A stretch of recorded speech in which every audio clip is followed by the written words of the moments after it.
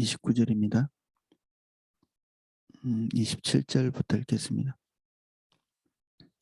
화 있을진저 외식하는 서기관들과 바리새인들이여, 회칠한 무덤 같으니 겉으로는 아름답게 보이나 그 안에는 죽은 사람의 뼈와 모든 더러운 것이 가득하도다. 이와 같이 너희도 겉으로는 사람에게 옳게 보이되 안으로는 외식과 불법이 가득하도다. 화 있을진저 외식하는 서기관들과 바리새인들이여, 너희는 선지자들의 무덤을 만들고 의인들의 비석을 꾸미며 이르되, 만일 우리가 조상 때에 있었더라면 우리는 그들의 선지자의 피를 흘리는 데에 참여하지 아니하였으리라 하니, 그러면 너희가 선지자를 죽인 자의 자손임을 스스로 증명함이로다. 너희가 너희의 조상의 분량을 채우라.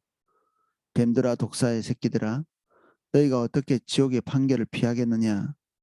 그러므로 내가 너희에게 선지자들과 지혜 있는 자들과 서기관들을 보내매 너희가 그 중에서 더러는 죽이거나 십자가에 못 박고 그 중에서 더러는 너희 회당에서 채찍질하고 이 동네에서 저 동네로 따라다니며 박해하리라. 그러므로 의인 아벨의 피로부터 성전과 제단 사이에서 너희가 죽인 바가랴의 아들 사가랴의 피가, 땅 위에서 흘린 의로운 피가 다 너희에게 돌아가리라. 내가 진실로 너에게 이르노니 이것이 다 이 세대에 돌아가리라. 아멘. 내용을 살펴보겠습니다. 27절. 화 있을진저 외식하는 서기관들과 바리새인들이여, 회칠한 무덤 같으니 겉으로는 아름답게 보이나 그 안에 죽은 사람의 뼈와 모든 더러운 것이 가득하도다. 회칠, 이 어떤 겉을 꾸미기 위해서 흰색 칠을 하는, 평토장은 우리처럼 이렇게 볼록하게 튀어나온 그 무덤의 형태를 가지고 있는 것이 아니라 그 일반 땅처럼 사람들이 이 평평하게 있는 그런 땅처럼 되어 있는 그런 무덤의 종류입니다.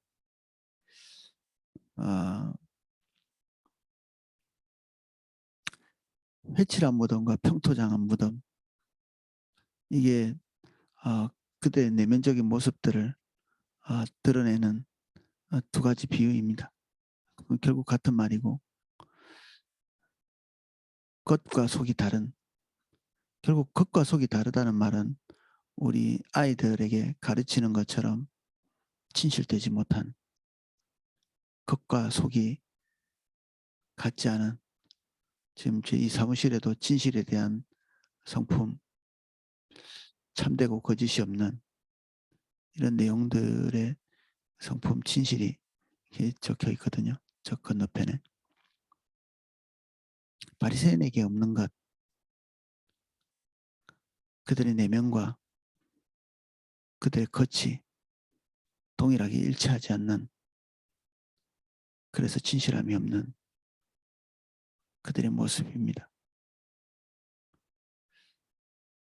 그 안에 사람의 뼈나 그 더러운 것, 우리가 상상해 볼 수 있는 모든 종류의 더러운 것이 그들의 내면 안에 있다. 이사야가 말한 것처럼 만물보다 부패한 것이 인간의 마음이다, 이렇게 선언하고 있고, 우리는 우리 안에서 이런 부분을 회피하고 싶은데 회피할 수 없을 부패한 것들이 우리 안에 있다고 이미 선지서에서는 정죄하고 선언하고 있습니다. 그래서 일말의 기대라도 한번 해보고 싶은, 우리는 본능적으로 좀 그렇죠. 우리 자신에게 일말의 기대를 거는, 그래서 자녀들에게 건강한 자화상을 심어주는 것까지는 좋을지 모르겠는데, 우리 인간의 부패와 그리고 인간의 본질적인 그 타락, 이러한 부분들에 대해서 명료하게 알려주지 않으면 우리 아이들은 하나님 앞에서는 건강하게 살 수 없을 것입니다. 그냥 해맑게 살아갈 뿐 하나님의 성령 앞에서 통회하고 자복하고 자기 자신에게 희망을 걸지 않고 주님께 희망을 거는 이런 종류의 인간은 만들어지지 않겠죠. 그냥 구김없이 햇살같이 그냥 그럭저럭 살아가고 좀 긍정적인 생각을 가지고 밝은 삶을 사는. 근데 하나님의 사람은 그런 식으로 만들어지지는 않습니다. 어느 시점에서는 자기 자신의 모습을 직면할 순간이 필요한데 그건 하나님의 은혜가 필요하죠. 그리고 그것을 위해서 우리는 조바심을 내야 될 필요가 있습니다. 하나님의 은혜가 이런 종류의 은혜가 오기 전까지는 나나 우리 자녀나 우리 주변에 있는 어떤 사람도 근본적으로 방향을 선회하고 돌이키기는 어렵죠. 세상의 모든 사람들이 다 인간에게 희망을 주는 메시지를 줬거든요. 가능성을 발견하고. 기독교는 아닙니다. 타력 구원, 자력 구원, 이 모든 종교를 둘로 나누는 기준입니다. 자력 구원은 그럭저럭 했으면 될 듯 개선될 것 같은 그런 소망을 가지고 있는 그런 세계의 사람들이 자력 구원의 종교를 믿습니다. 이슬람, 천주교, 그리고 불교, 굉장히 많은 종류의 이 자력 구원의 종교가 있습니다. 조금 더 노력해보라. 조금 더 애써보라. 그래도 우리에게는 희망이 있다고 말하는 인본주의와 대단히 잘 맞습니다. TV를 틀면 거의 처음부터 끝까지 우리에게 희망의 메시지를 전합니다. 조금만 하면 될 것 같이. 그리고 거기서 패배하는 자들에게는 몹쓸 손가락질을 하는,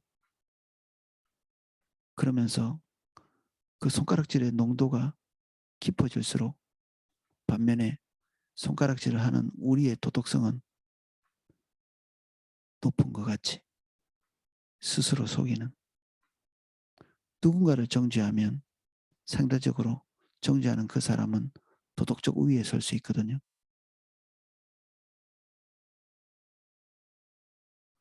이게 빈번합니다. 대단히. 예수님께서는 바리새인들을 향해서 어떻게 보면 근본적으로 돌이킬 수 없는 자인 것 같이 정죄하십니다.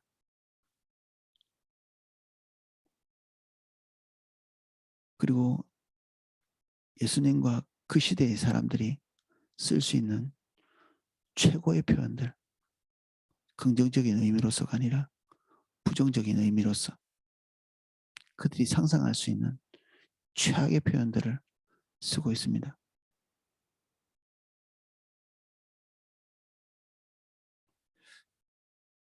비유의 의미는 겉으로는 사람에게 옳게 보이되 안으로는 외식과 불법이 가득한 외식, 하나님 뜻대로 하지 않는 불법, 자기 뜻이 그대로 살아있어서 그것을 관찰하려고 하지만 그러나 종교적으로는 그럴듯하게 보이기 위해서 분투하는 이런 평토장 또는 회칠한 무덤 같은 모습, 그들이 바리새인이고 주님의 실제가 없는 자들의 모습입니다.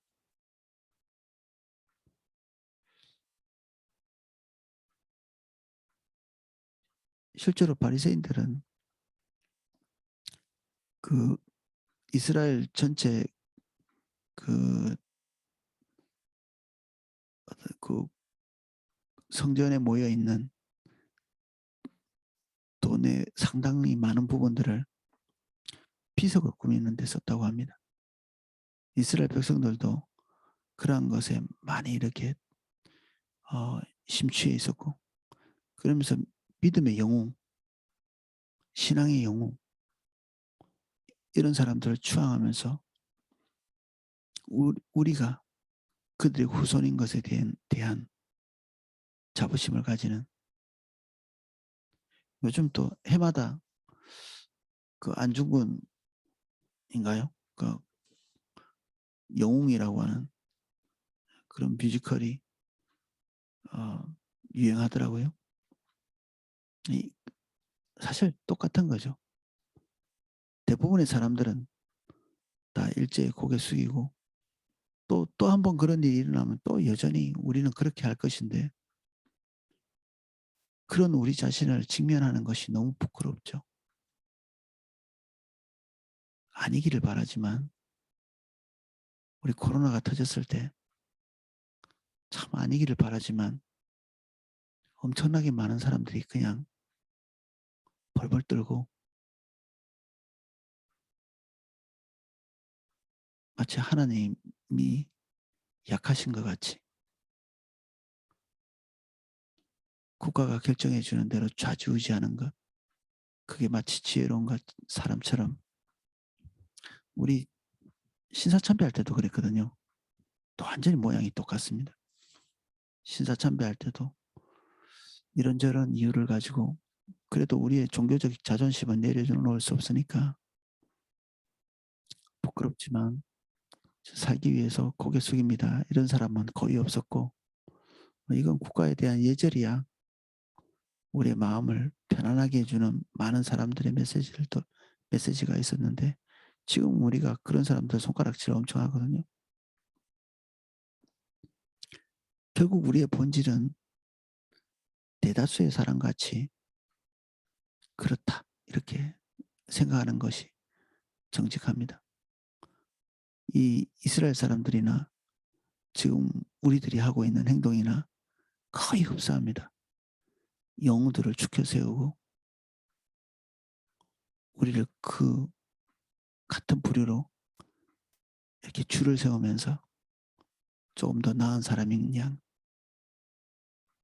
스포츠 영웅들을 우리 아이들 되게 좋아하잖아요. 뭐 김연아, 뭐 손흥민, 심지어 실제가 아닌데도 불구하고 영웅적인 어떤 사람들을 만들어서 추앙하고 그 줄에서는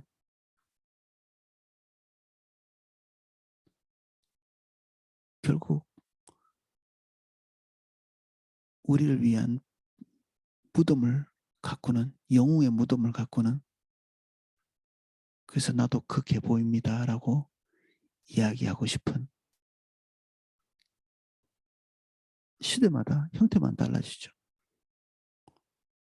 나는 어떤 족보에 누구의 자손이고 몇 대손이고 뭐 이딴 식의 것들 자랑하는 거나 똑같습니다.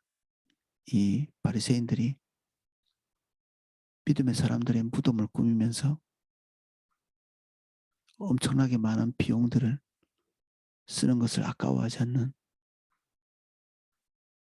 이건 위로부터 아래까지 다 똑같이 암묵적 합의를 본 일들이죠.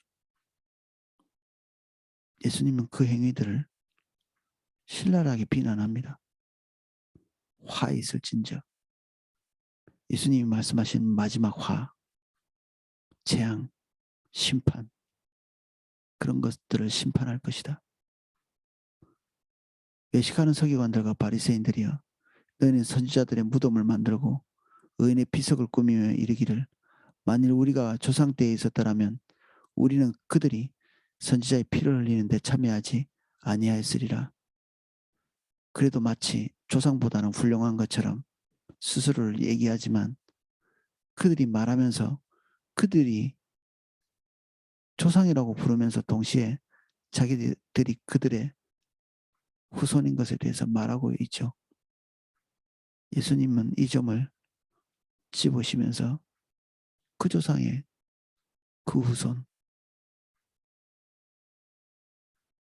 그들 조상이라고 부르면 너희는 그 후손이니 동일한 본질의 사람들이다.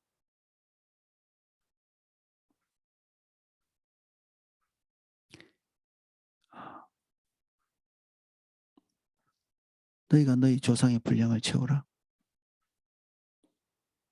조상이 선지자를 죽였기 때문에 너희도 동일하게 지금 그렇게 하라. 너희들은 그 이상은 할 수 없을 것이다. 이 속에 예수님의 단념이 있을까요? 만약에 단념이 있었다면 이런 무시무시한 그 정죄를 하지도 않았을 것입니다. 뒤에는 또 통렬한 고발이 있습니다. 뱀들아, 독사의 새끼들아, 너희가 어떻게 지옥의 판결을 피하겠느냐? 이 뱀들아, 독사의 새끼들아, 이 말은 어떤 면에서는 뱀의 위험성, 뭐 독사의 어떤 뭐 어떤 사나운 것, 뭐 이런 비유도 뭐 생각해 볼 수는 있겠지만 우리가 본질적인 것을 볼 때 이건 사단의 모습입니다. 바리새인들과 서기관들 그리고 그를 추종하는 그룹들 그리고 이런 성격을 가지고 있는 우리의 어떤 한 부분, 우리 내면에 있는 어떤 부분들, 이런 부분들이 출처가 사단이라는 것입니다. 생각하고 싶지도 않은 그들이 끔찍하게 생각하는 그들과 사단과 멀찍이 서 있다고 생각하는 그들의 본질을 두고 너희들은 본질 자체가 사단으로부터 왔어. 이 이야기를 하는 거죠. 바리새인 입장에서는 둘 중에 한 가지로 반응할 수밖에 없을 것입니다. 깜짝 놀라고 돌이키고 자책하고 자기 모습을 보게 되는 고통스러운 회심의 단계를 거치든지 참을 수 없는 모욕감으로 이 말을 한 메신저 예수님을 제거하든지 둘 중에 하나겠죠. 선지자들을 죽인 자같이 그들도 그러한 본질을 가지고 있었기 때문에 제가 말씀드린 그 앞에 반응을 하지 않고 그 뒤에 반응, 메신저를 제거하는 그런 일을 하게 됩니다. 앞서서 그것을 제거하기 위해서 적극적으로 나선 사람이 있고 암묵적 동의를 하면서 침묵한 자들도 있지만 모든 사람이 다 한 묶음이죠.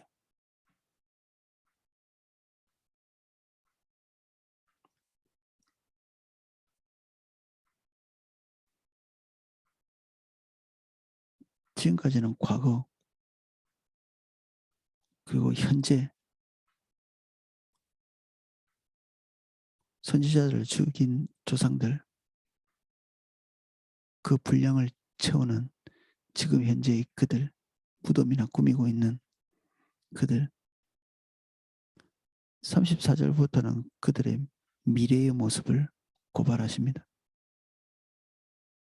그러므로 내가 너희에게 선지자들과 지혜 있는 자들과 서기관들을 보내매 너희가 그 중에서 더러는 죽이거나 십자가에 못 박고 그 중에서 더러는 너희 회당에서 채찍질하고 이 동네에서 저 동네로 따라다니며 박해하리라.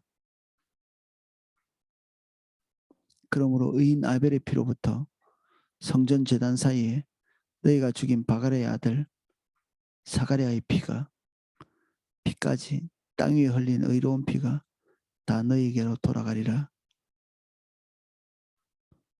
이 의인 아벨은 창세기에 나오는 자기의 잘못이 없이 하나님 앞에 서 있는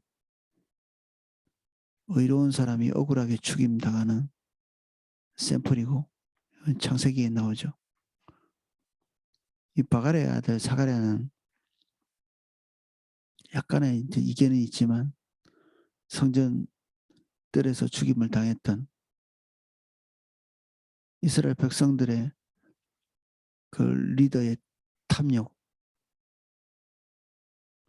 그들이 하려고 하는 이 전쟁의 성격, 그 탐욕스러운 전쟁을 막는 하나님의 길을 떠난 그 리더와 그것을 추종하는 백성들의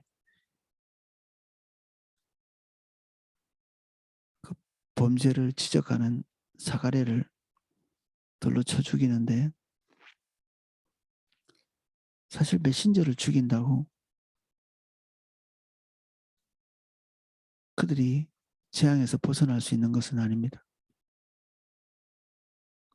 눈앞에 있는 심판, 눈앞에 있는 오류,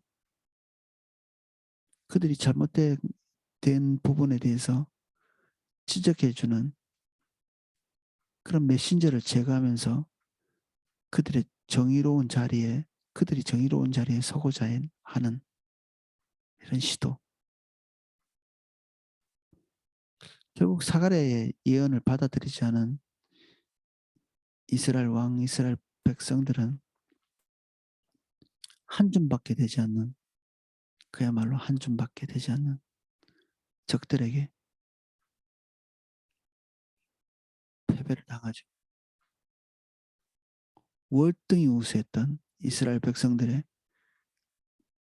그 군사력, 그때 당시로는 난다 긴다는 사람들이 다 전쟁에 나갔을 텐데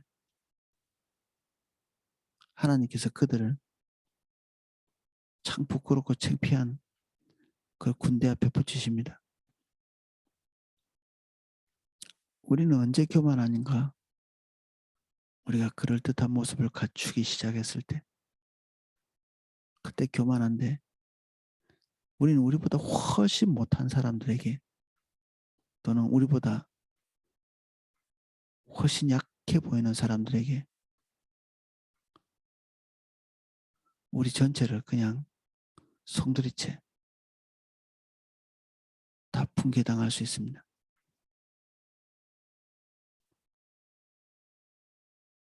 우리는 우리보다 강한 자들에게만 심판당하지 않습니다. 하나님께서 하시는 중대한 어떤 방법 중에 하나가 별 볼 일 없는 사람들에게 모욕을 당하고 별것도 아닌 사람들에게 수치를 당하는 그런 일들을 종종 허락하십니다. 모든 것이 하나님 손 안에 있기 때문에 이스라엘 장군들은 하나님 앞에 서지 않는 그들의 육신적인 힘, 군사력, 이런 것들에 대해서 어떤 자부심, 스스로 가지고 있는 자부심을 내리지 못하는, 그래서 교만한 자들, 그들이 최후의 죽음을 주로 그들에게 있어서 가장 부끄러운 형태로 여성이 던진 돌에 맞는다든지,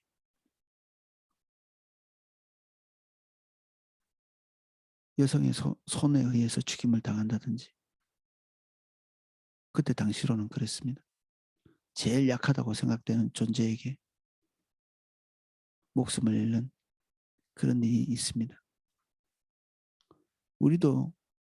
우리가 제일 경멸하거나 별 볼 일 없다고 생각하는 그 존재에게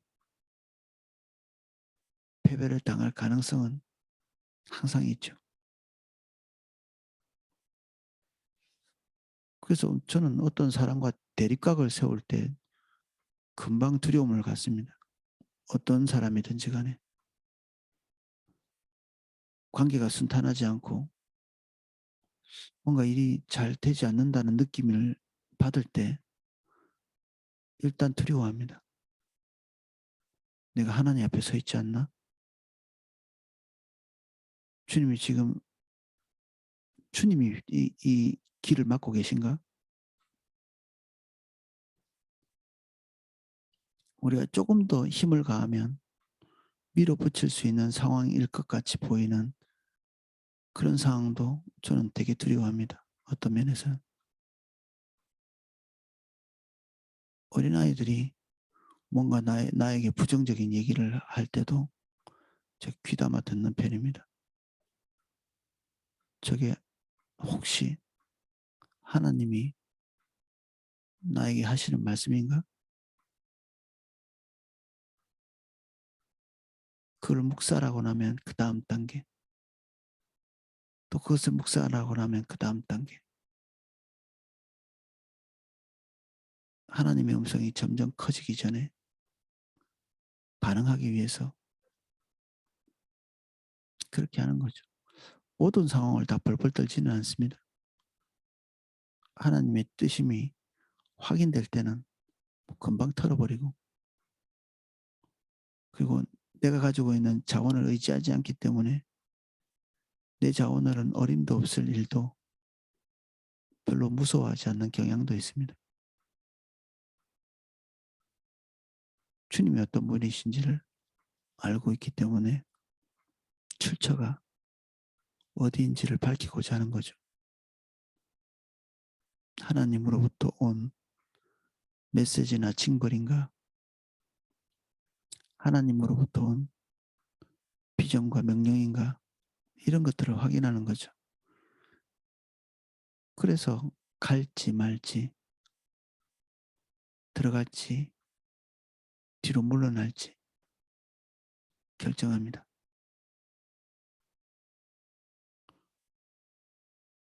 바리새인들이 끝까지 가지고 있었던 자기 자부심은 예수님에 의해서 철저히 붕괴됩니다.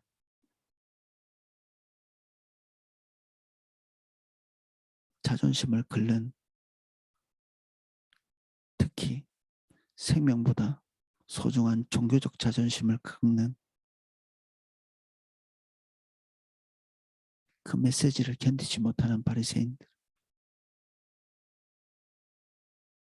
내가 진실로 너에게 이르노니 이것이 다 이 세대로 돌아가리라. 핏값이 누구에게 돌아가는가?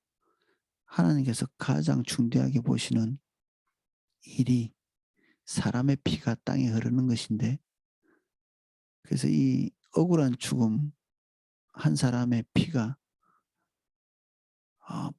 부당하게 땅에 떨어지는 것을 막기 위해서 하나님께서는 구약 성경에 너무나 이렇게 세밀하게 어떤 규정들 정하고 계십니다. 도피성의 문제라든지, 또는 죽은 사람이 길에서 발견됐을 때 그것에 대해서 온 마을의 사람들이 모이고 장로들이 모여서 그것에 대한 책임 소재를 밝히기도 하고, 이것은 피 자체가 하나님 주신 생명, 하나님의 주권, 이런 것들을 상징하기 때문에, 그래서 어떤 사람이 피를 흘린 것이 누구 책임이냐?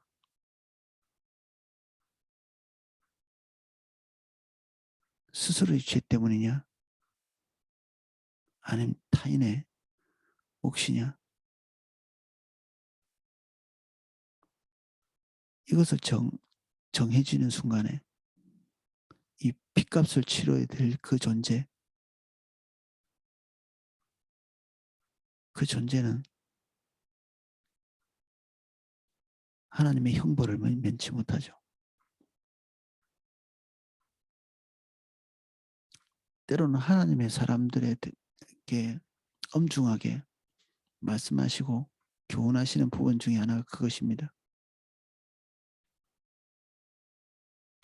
수동적으로 내가 죄 짓지 않고 내가 이렇게 타인에게 뭐 해를 끼치지 않고 그 종교적인 의무를 꼬박꼬박 잘 행하고 그러면 이런 죄를 안 짓겠지. 하나님의 말씀은 항상 공격적이고 능동적이고 적극적인 면이 있습니다. 피해를 안 끼치는 정도의 사람이 되기 위해서 부단히 애쓰지만 그렇다고 하나님의 심판을 벗어날 수는 없습니다. 다른 사람과의 교류가 없는 자, 무정한 자거든요. 다른 사람이 처한 어려운 상황에 대해서 반응하지 않는 자, 하나님의 정죄 가운데 있습니다. 살인죄나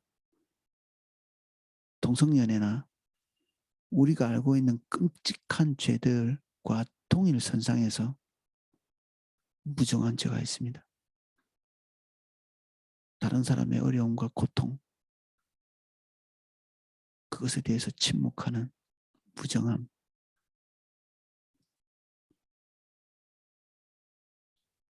다른 사람이 피 흘려서 죽을 만한 심판을 향해서 가고 있는데 침묵한다. 그것이 무정입니다.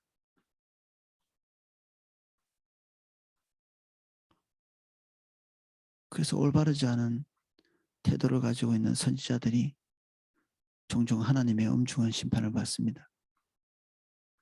심판받아야 될 그 사람의 핏값을 그 죄도 짓지 않은 선지자가 뒤집어 써야 되는 침묵할 때 그런 일이 있습니다.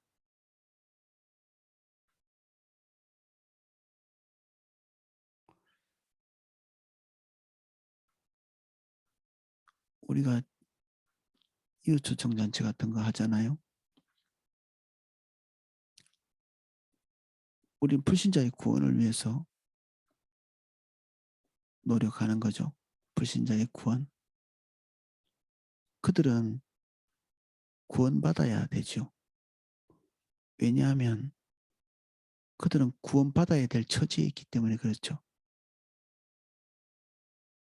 구원이라는 말은 어디로부터의 구원입니다. 구원받지 않아도 될 만한 처지에 있는데 구원할 필요는 없죠. 하나님께서 그들을 우리 눈에 보이고 계실 겁니다. 틀림없습니다. 우리는 한 교회인데 한 몸인데 그리스도의 머리가 어떤 자에겐들 어떤 지체든지 간에 말씀 안 하실 리가 없습니다. 우리가 눈이 멀지 않는 한 지금 그리스도께서 교회를 통해서 한 영혼을 돌이키겠다고 결정하셨다면 우리를 부르신 부르심이 각자 개인에게 반드시 있을 것이거든요. 그 순간에 팔짱을 끼고 있다. 그래도 나는 안전할 거라고 생각하신다면 우리는 뭘 잘 모르는 것입니다. 우리가 죄 짓지 않고 내 경건을 지키고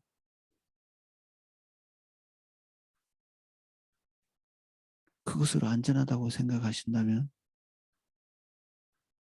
우리는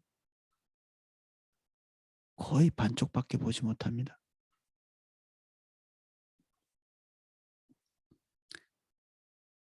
피 흘림,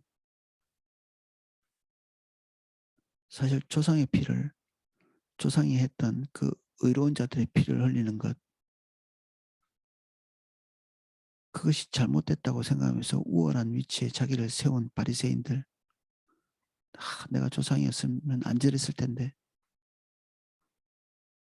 그러나 그들은 지금 현재 하나님으로 위로부터 오는 메시지를 거역하고 거부하고 무시하면서 동일한 위치에 있었습니다. 그리고 그들이 행한 모든 행동들은 그 후대까지도 끝나지 않고 계속적으로 이어집니다.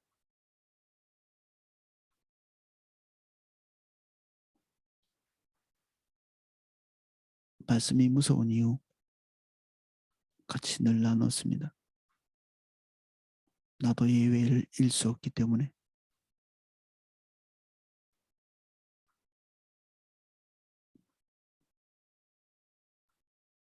우리 안에는 항상 예수님의 정죄를 받아 마땅한 요소들이 있습니다. 우리 마음이 깨지고 무너지고 그것으로 말미암아 돌이켜지고 그것이 우리의 유일한 해결책이고 방법이고 그 저주를 피해 나갈 수 있는 자기 확신은 우리의 가장 무서운 적수입니다. 자기 확신. 하나님이 주시는 게 아니라 사단이 주는 것입니다.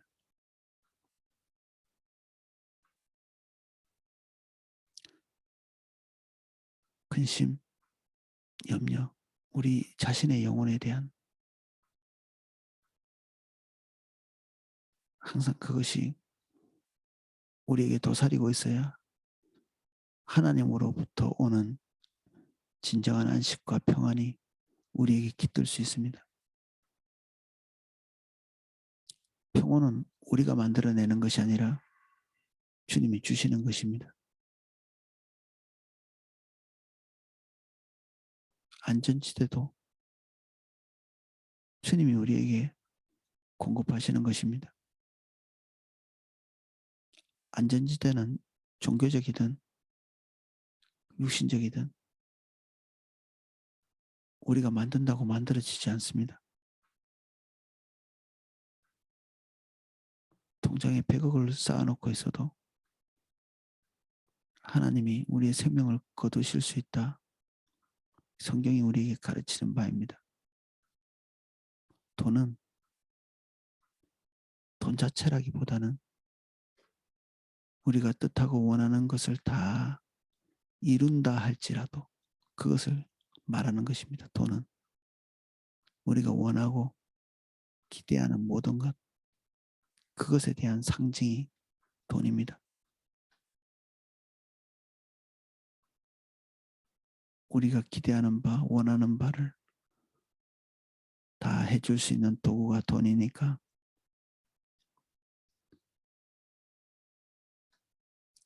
결국 우리 뜻은 안전하지 않습니다.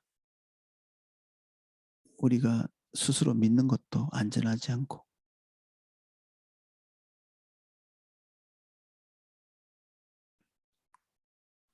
주님만이 안전하시고 주님이 우리에게 인정하시는 그 인정만 유효한 것입니다. 오늘은 여기까지 살펴보겠습니다.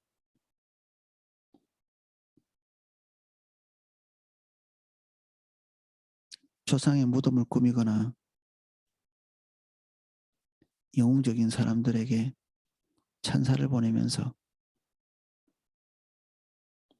우리는 우리의 모습을 숨깁니다.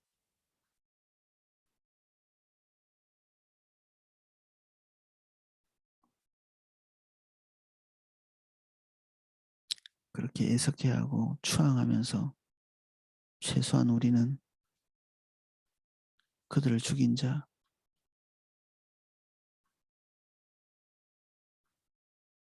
그리고 가장 악한 위치에 서 있는 자는 아니라고 스스로 아니할지 모르지만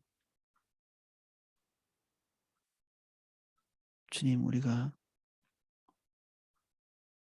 스스로를 안전한 자리에 세우지 않게 해주십시오.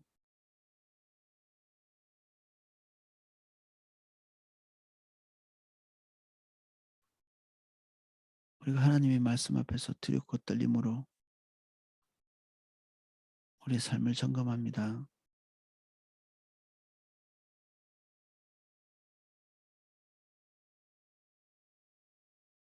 나 자신과 타인의 핏값에 대해서 외면하지 않도록 도와주십시오.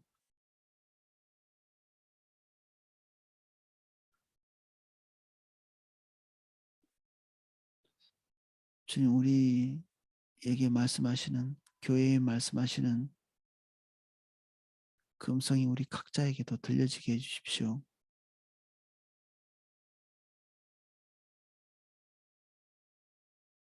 우리가 그리스도의 몸이라면 우리 각자가 듣는 것이 교회입니다. 교회가 듣는 것과 우리가 듣는 것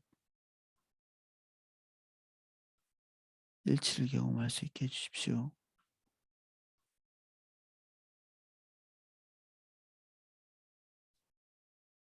우리가 쫓고 있는 행복은 우리가 원하는 지점에 있지 않습니다.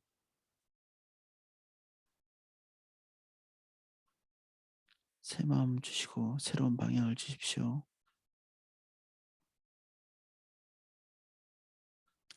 주님 기대합니다. 크리스마스 이후 초청잔치를 예수님 이름 축복합니다. 준비하는 모든 종들을 예수님 이름 축복합니다. 그리고 관계동심원 안에 있는 모든 사람들, 우리와 관계를 맺고 있는 구원받아야 될 대상 한 사람 한 사람, 그 중에 우리가 누구의 필요를 채워 하나님께서 요청하시는 요청의 자리로 이끌지를 알려주시고, 우리가 하나님께 반응할 뿐 아니라 그 대상들도 하나님의 요청에 반응할 수 있도록 은혜를 베풀어 주십시오. 연약한 우리들 하나님께 순탄한 과정을 구합니다. 하나님의 형통을 우리에게 기름 부어 주십시오. 걸음이 무겁지 않게 해주십시오.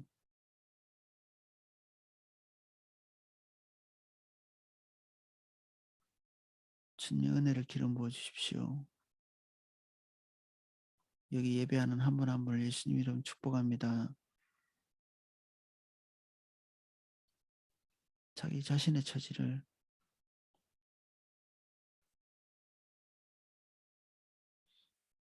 하나님의 관점으로 볼 수 있도록 은혜를 주십시오. 예수님 이름으로 기도합니다.